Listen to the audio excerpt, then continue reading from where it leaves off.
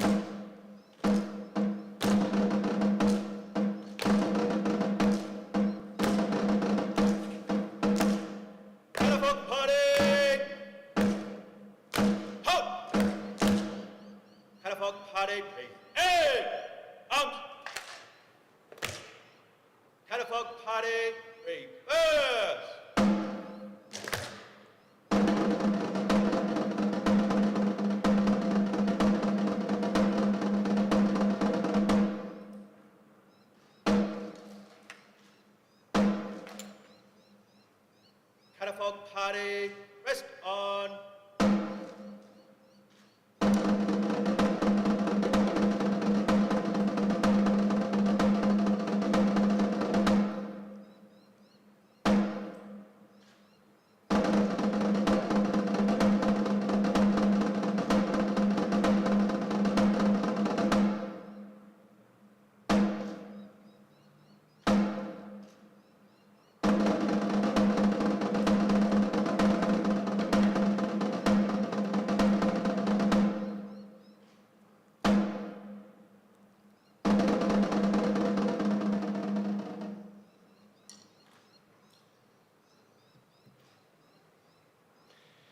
If you are able, I now invite you to please stand and join in singing the national anthem. Catafalque party, attention. Catafalque party, raise arms.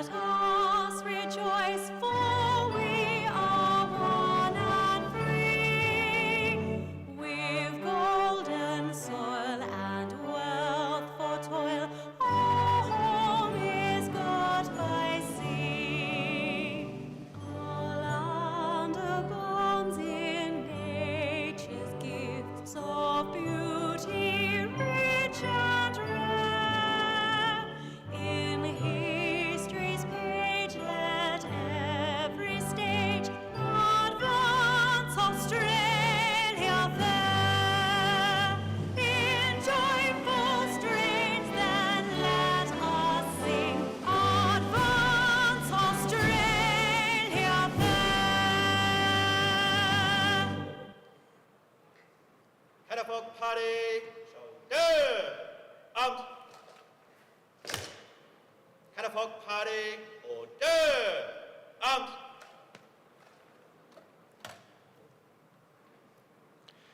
The Australian War Memorial was the vision of Charles Bean, Australia's First World War official historian. Bean landed with the Australian troops on Gallipoli and stayed with them at the front through to the end of the war. The idea of this national memorial and museum came to him at Pozières, France, in the depths of the bloody fighting of 1916. Bean's idea was that this would be a place where friends and families could mourn loved ones buried in faraway places. It would also be a place that could help all Australians understand what these men and women had endured and what they have done for us. Bean's vision, to which we remain true, is best expressed as inscribed in the entrance to the memorial's galleries. Here is their spirit in the heart of the land they loved, and here we guard the record which they themselves made. Tonight we'll read a story behind just one of those on the Roll of Honour, which lists the names of more than 103,000 men and women who have given their lives for us in war and on operations over more than a century. But first we present a lament, Flowers of the Forest. Wreaths or floral tributes will now be laid at the base of the pool of reflection.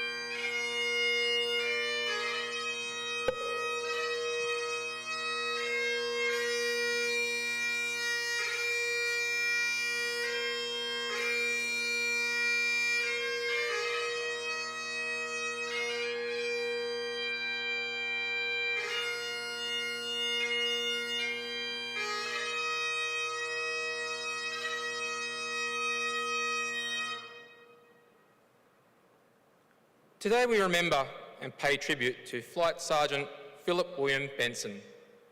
Phillip Benson was born in North Sydney on the 7th of March 1912. The son of Harold Benson, then station master at Carlton Railway Station, and his wife Selina. Phillip had two older brothers, John and Victor. When he was about 20, his mother died, and a year later his father remarried Emma Spratt.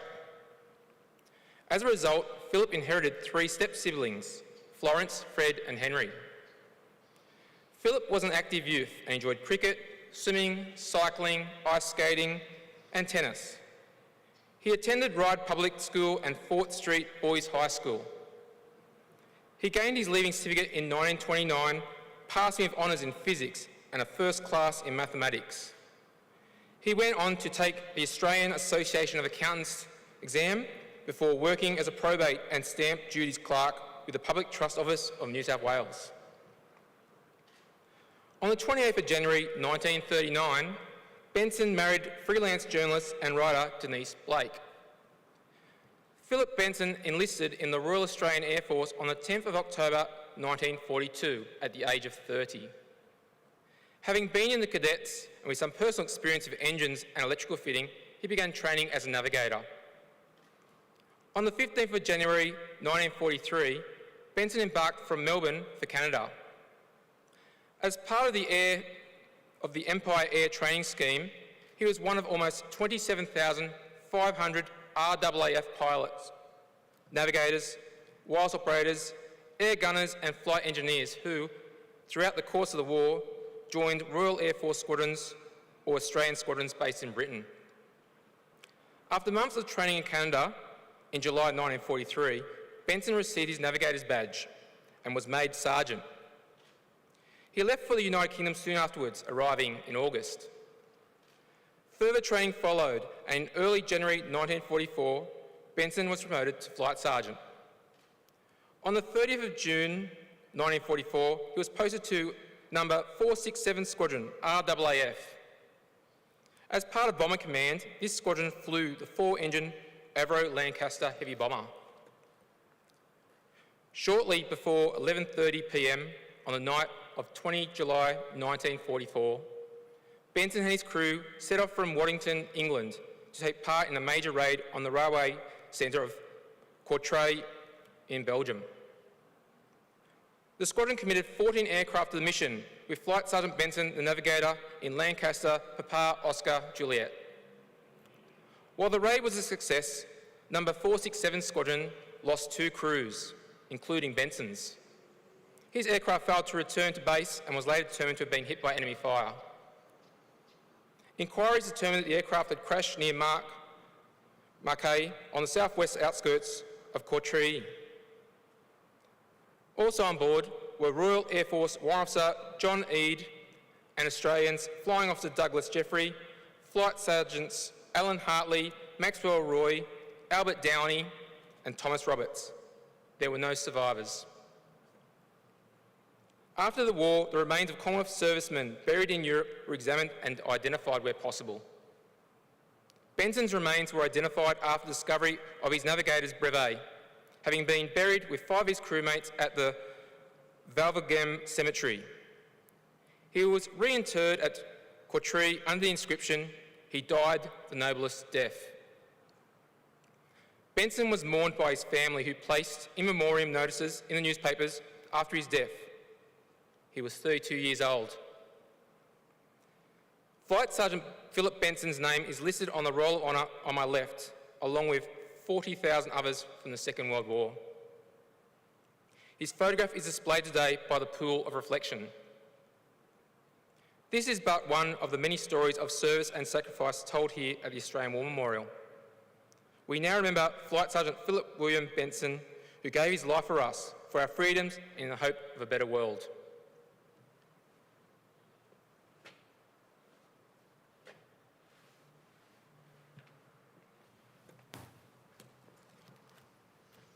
Party, shoulder, arms. I now invite you to please stand for the reading of the Ode and the sounding of the last post. They shall grow not old, as we that are left grow old. Age shall not weary them, nor the years condemn. At the going down of the sun, and in the morning, we will remember them. We will remember them. Catafalque Party, present, arms.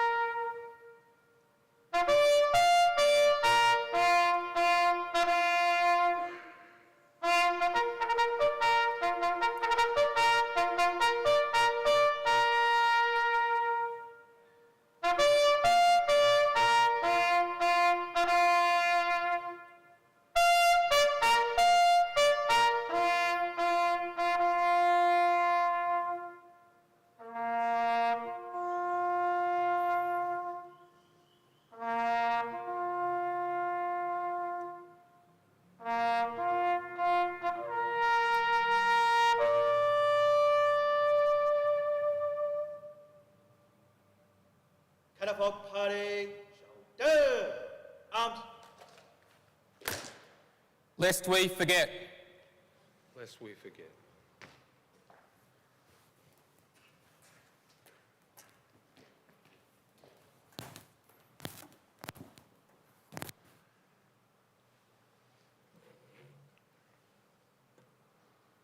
Catafalque Party in words. 10. Catafalque Party, pick. Ah.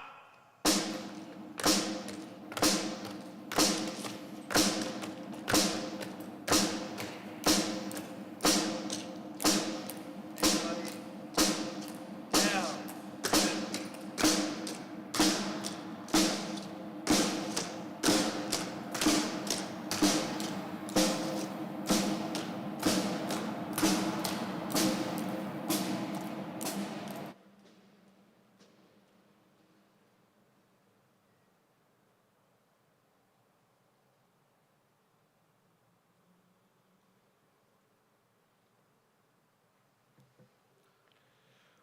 We leave you this evening with the words of the memorial's founder, Charles Bean. Many a man lying out there at Pozières or in the low scrub at Gallipoli with his poor, tired senses barely working through the fever of his brain has thought in his last moments, well, it's over. But in Australia, they will be proud of this. Ladies and gentlemen, girls and boys, that concludes the last post ceremony. On behalf of the Director, staff and volunteers, we thank you for visiting the Australian War Memorial today and for your continued support during the Memorial's development project. We wish you all a very pleasant evening. Thank you.